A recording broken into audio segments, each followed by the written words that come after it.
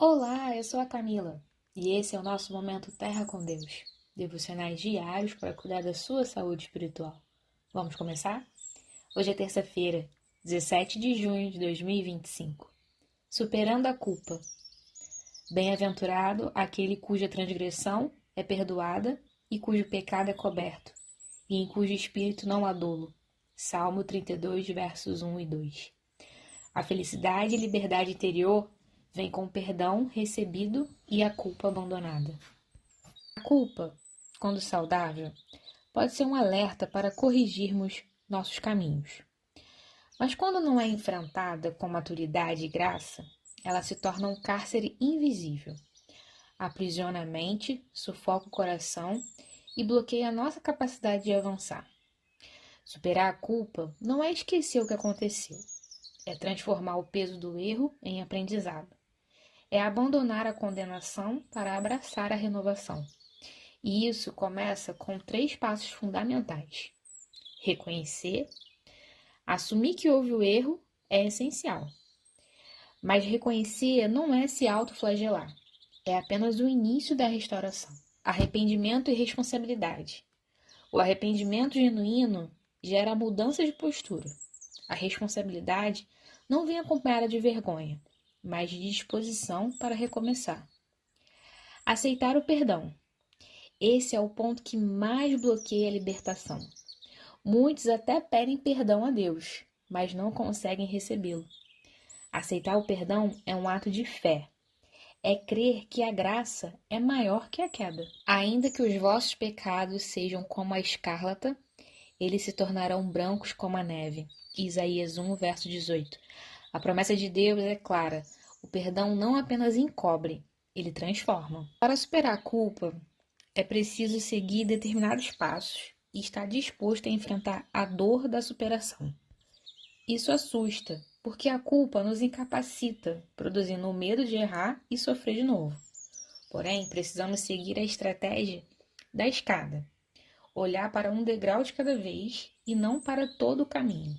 Assim é possível subir aos poucos e sair do fundo até onde se precisa chegar. Vamos compreender a culpa. Existem 2 tipos de culpa. A culpa produtiva, que nos leva à reflexão e à mudança, e a culpa improdutiva, que nos paralisa, deprecia e pressiona para baixo. O primeiro passo é identificar que tipo de culpa está nos afetando. A culpa que nos faz refletir sobre os nossos erros e nos motiva a mudar é boa. Reconhecer os próprios erros e aprender com eles faz parte do nosso desenvolvimento pessoal e não há nada de errado nisso. É possível encarar a culpa como uma oportunidade de aprendizagem. Sentir-nos mal com algo que fizemos de errado é um sentimento construtivo que nos impulsiona a promover boas mudanças. Por outro lado, a culpa que deprecia e paralisa é extremamente prejudicial. A dolorosa e prolongada reflexão sobre nossas falhas, com foco apenas nos erros e em como as consequências foram danosas, não promove o desenvolvimento pessoal. Ao contrário, faz com que nos afundamos ainda mais.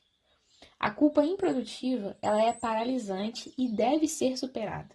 Esclareça para si mesmo a natureza da culpa, identificando seus motivos e avaliando as próprias ações. Não podemos mudar o que não entendemos. Se for preciso, escreva ou então converse com alguém sobre isso.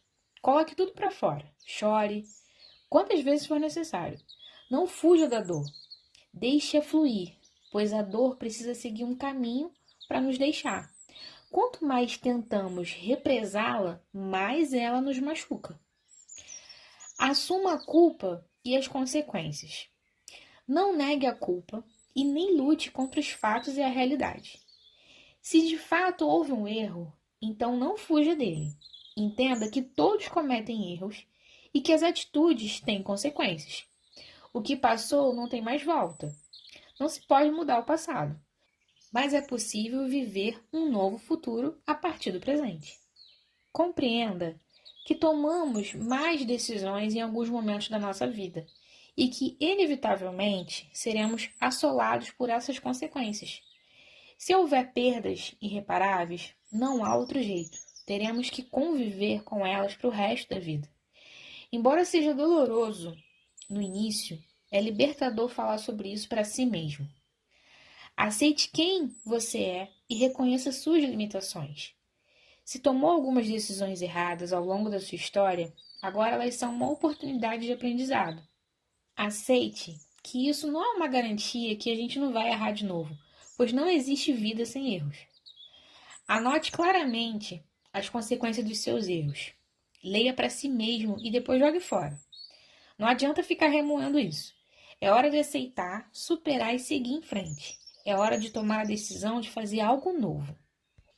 Abandone e repudie qualquer pensamento hipotético de como teria sido diferente se não houvesse ocorrido o fato, uma vez que isso não pode ser mudado. Lembre-se disso. Lá em Hebreus 8, verso 12 diz assim: porque serei misericordioso para com as suas iniquidades e dos seus pecados e das suas prevaricações não me lembrarei mais.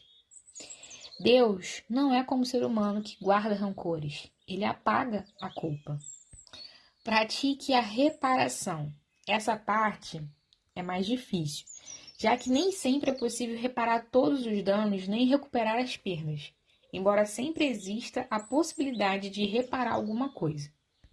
Como, por exemplo, perdoar a si mesmo, ser tolerante consigo ou então com os outros, entender que ninguém é perfeito, incluindo você, fazer as pazes com alguém que você magoou, pedir desculpas, reparar o prejuízo caso seja possível, fazer a sua parte mesmo que o outro não queira, consertar o que quebrou, voltar atrás com as palavras injustas. Lembre-se de que nunca é tarde para recomeçar. Não deixe isso para amanhã, faça hoje. Avalie as suas atitudes e mude o que for necessário. A autoavaliação é um poderoso instrumento de mudança. O olhar para si reflete e faz a gente tomar atitudes necessárias. Algumas atitudes que podem nos ajudar. Usar a culpa como um aprendizado. Fazer diferente e melhor. Corrigir nossa postura no que a gente falhou. E entender que nós não temos culpa pelos erros e problemas dos outros. Estudos em psicologia e neurociência mostram que a culpa persistente e não tratada está relacionada a sintomas depressivos, baixa autoestima e adoecimento psicossomático. Pessoas que praticam o auto-perdão experimentam menor estresse, melhor saúde mental e maior capacidade de empatia e compaixão.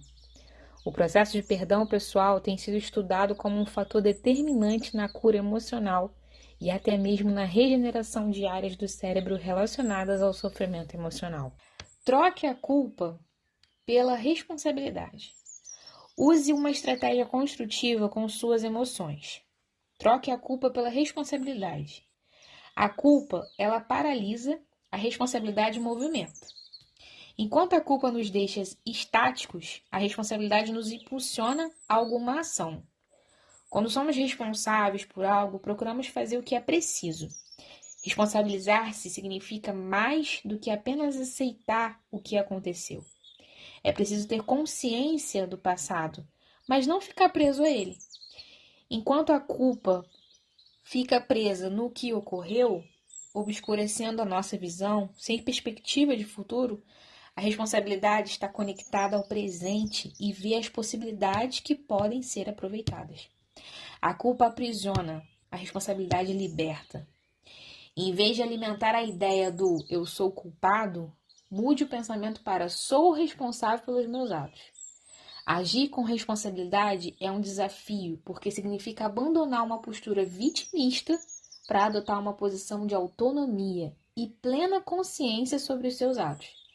Em vez de viver dependendo da opinião alheia, haja com responsabilidade e olhe para si mesmo e para os seus valores. Superar a culpa não é um ato de negação, é um ato de fé. É crer que existe um caminho para além do erro e que ninguém precisa viver refém dos seus fracassos. Deus, ele já liberou o perdão. Falta apenas que você o aceite como uma verdade pessoal. A chave do perdão abre a porta da liberdade, mas é você quem precisa girá-la. Assim que se alguém estar em Cristo, nova criatura é. As coisas velhas já passaram e eis que tudo se faz novo. 2 Coríntios 5:17. Superar a culpa é parte do processo de renascimento espiritual. Que essa mensagem chegue até você, até seu coração. Que Deus nos abençoe e muito obrigado por você estar aqui.